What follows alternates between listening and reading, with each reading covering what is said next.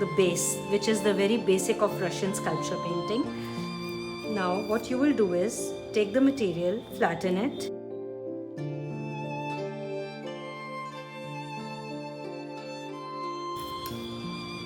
start taking the plaster at an angle of 45 degree, like this, smoothly,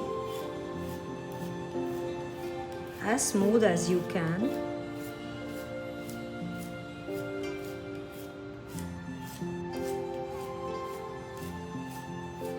So if you want, look at this.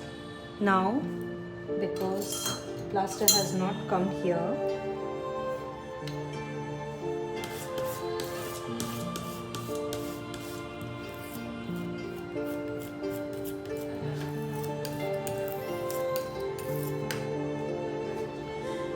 wipe it with a tissue.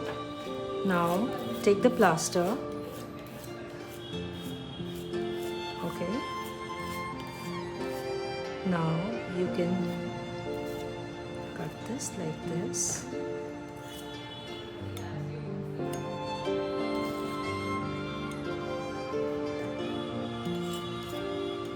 Clean it like this. This is one of the most important things in Russian sculpture painting.